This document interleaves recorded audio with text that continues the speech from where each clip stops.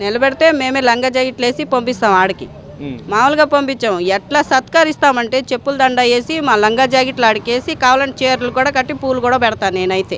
ఎందుకని గెలిపిస్తారండి, రికార్డింగ్ డ్యాన్సులు చేస్తాకి గెలిపిస్తారు, నలుగురిలో లాగి కొట్టడానికి ప్రయత్నిస్తారు, మళ్ళీ గర్భిణీ స్త్రీలని కొడతాకి వాళ్ళ పొట్ట మీద తనడానికి ప్రయత్నిస్తారు. అలాంటివి చేస్తారు. వాళ్ళు పబ్లిక్గా తిరగమనండి, నేను చూస్తా.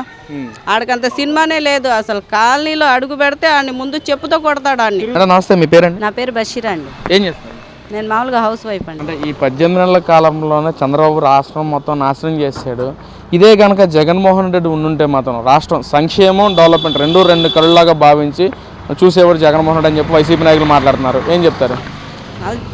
ప్రభు, అసలు ఏం మాట్లాడుతున్నారండి వీళ్ళు?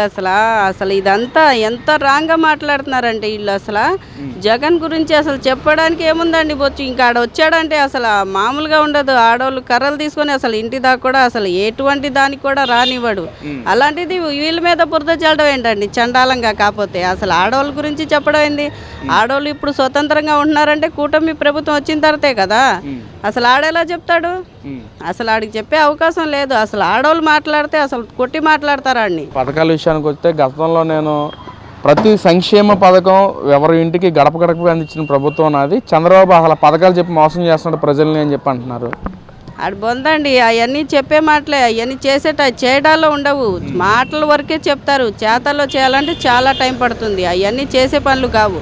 మాటలే ఉంది, చెప్పి వదిలేయడమే కాదు, చేస్తే తెలిసిద్ది ఆ విలువేంటో. వాళ్ళకి తెలీదు ఆ విలువ. అందుకే ఎట్లా పడితే అట్లా మాట్లాడుతుంటారు వాళ్ళు. అంటే జగన్మోహన్ రెడ్డి ఏదన్నా చేస్తే డెవలప్మెంట్ పరంగా కానీ లేదా ఏదన్నా చూస్తే ఫలితం ఆశించకుండా చేసిన ఏకైక నాయకుడు జగన్మోహన్ రెడ్డి అని చెప్పి కూడా వైసీపీ నాయకులు మాట్లాడుతున్నారు. ఏం చెప్తారు మరి దాని గురించి? అస్సలు కాదండి. ఎందుకంటారేమో. అసలు పోనీ ఆడ ప్రభుత్వంలోనే తీసుకుందాం. ఎలా ఉంది ఆడ ప్రభుత్వంలో? అన్ని గోతులే, అన్ని యాక్సిడెంట్లే, ఏ రోడ్డు బాగుంది లేదు, ఏ సంక్షేమం అందింది లేదు. అమ్మో, అసలు నరకం చూసారండి బాబు జనాలు. అసలు మామూలుగా కాదు. అసలు ఎంత బాధపడ్డారంటే వచ్చిన తర్వాత అసలు పిచ్చగా బాధపడ్డారు. ఆడ ఫోటో కనిపించిన అమ్మ బూతులు చెప్పి ఇట్లా మట్టి ఇసిరి ఆడ మీద కొడుతున్నారంటే ఆడవాళ్ళకి ఎంత కడుపు రగిలిపోయిందో ఇంకా అర్థం చేసుకోండి.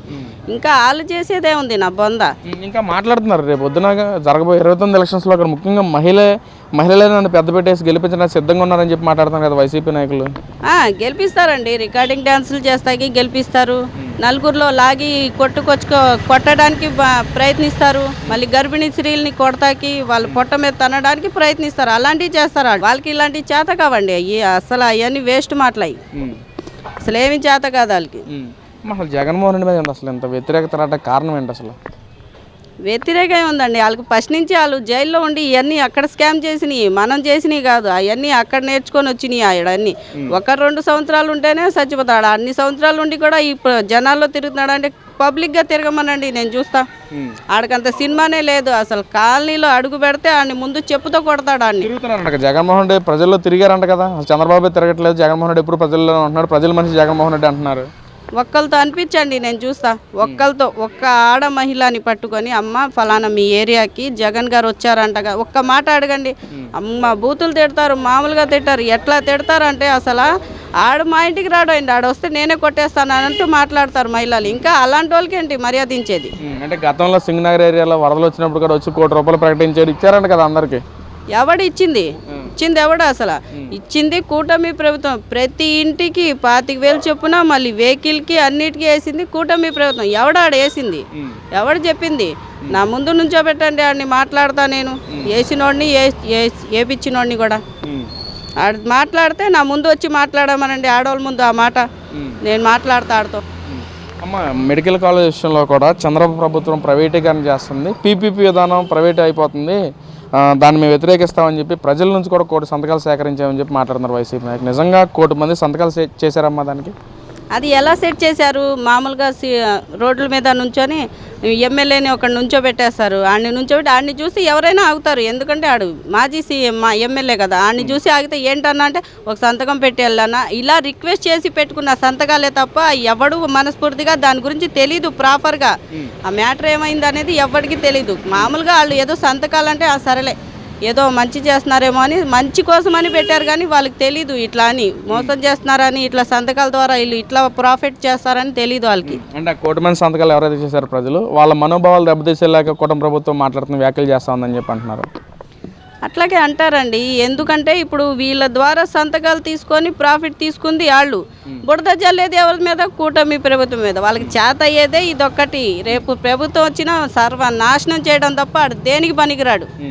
అమ్మ అసలు మీకు తెలిసినంత వరకు అసలు మనకు నియోజకవర్గాలు ఎన్ని? 175. మరి సజ్జల రామకృష్ణ రెడ్డి మాట్లాడుతూ 175 నియోజకవర్గాల నుంచి 200 నియోజకవర్గాల వరకు మన ఎమ్మెల్యేలు నిలబెడతాము, గెలిచి చూపిస్తాం అని చెప్పి అంటున్నాడు. అసలు ఏం చెప్తారు దాని గురించి?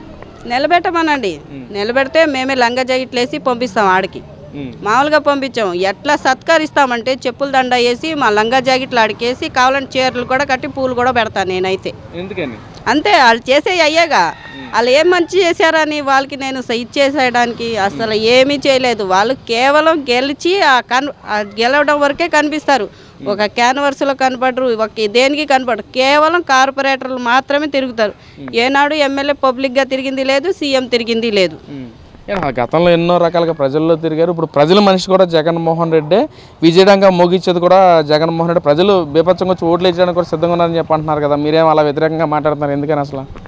మరి అంతే కదండి. ఆడు బొంద ఆడు రావడం ఏంది చండాలంగా? అసలు ఆడు ప్రస్తావనే రాదు అసలు. నేను ఖచ్చితంగా చెప్తున్నా, ఈసారి కానీ ఆడు వస్తే అసలు సర్వనాశనం చేయడానికే వస్తున్నట్టే. ఇంకా ప్రభుత్వం జనాలు కానీ వాడిని మళ్ళీ నమ్మారంటే మొత్తానికి సంకనాగిపోతారు అంతే.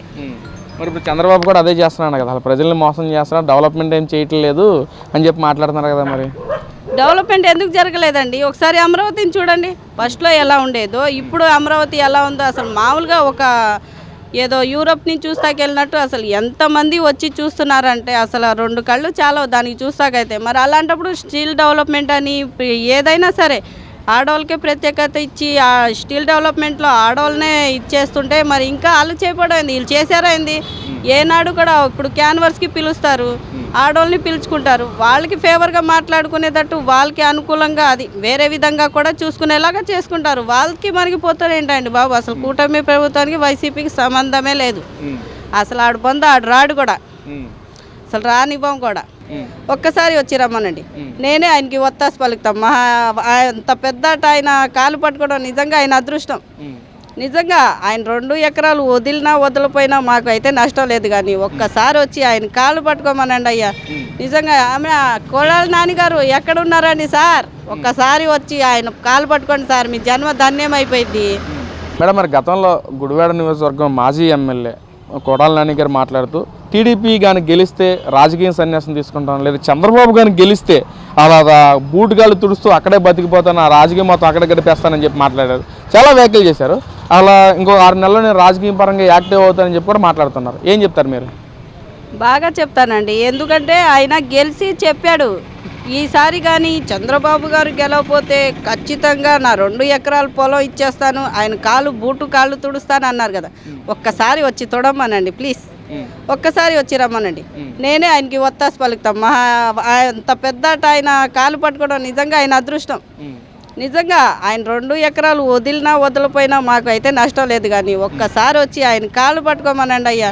నిజంగా ఆమె కోడాల నాన్నగారు ఎక్కడున్నారండి సార్? ఒక్కసారి వచ్చి ఆయన కాలు పట్టుకోండి సార్, మీ జన్మ ధన్యం అయిపోయింది.